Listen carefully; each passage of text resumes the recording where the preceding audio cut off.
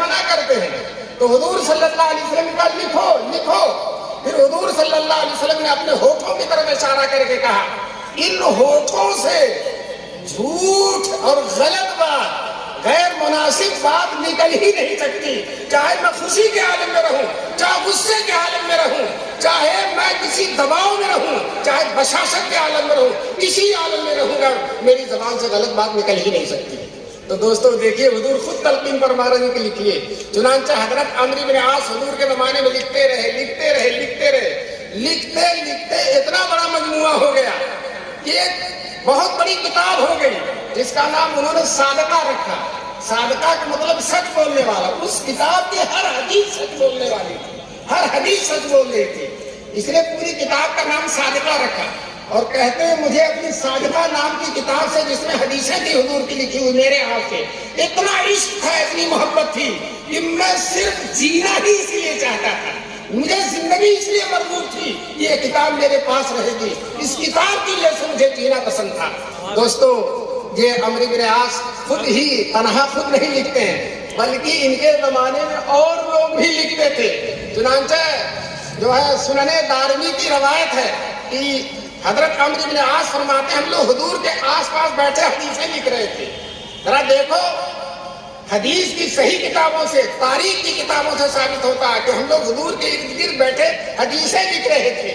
یہ منکرین حدیث کو کہاں سے پتہ چل گیا کہ حدیثیں لکھی نہیں جا رہی؟ صحابہ کہتے ہیں حضور کے ارد گرد بیٹھ کر حدیثیں لکھا کرتے تھے اور جو ہے ہم لوگ حدیث لکھ رہے تھے.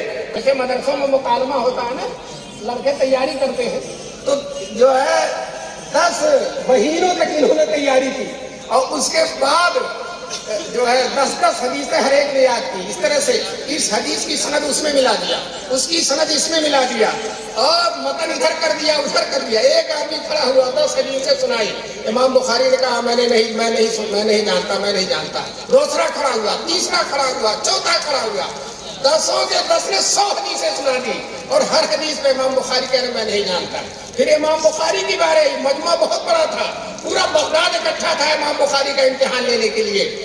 تو منکرین حدیث نہیں تھے اس لیے کہ اس وقت وہ نہیں تھے, وہ اس مجمع میں منکرین حدیث نہیں تھے اس لیے کہ وہ اس وقت نہیں تھے, وہ تو بعد میں پیدا ہوئے. ان کو تو چکرالوی نے پیدا کیا ہے اور ان کو تو پرویز نے پیدا کیا, تبریز نے پیدا کیا, یہ تو بعد کی پیداوار ہے, اس وقت وہ نہیں تھے.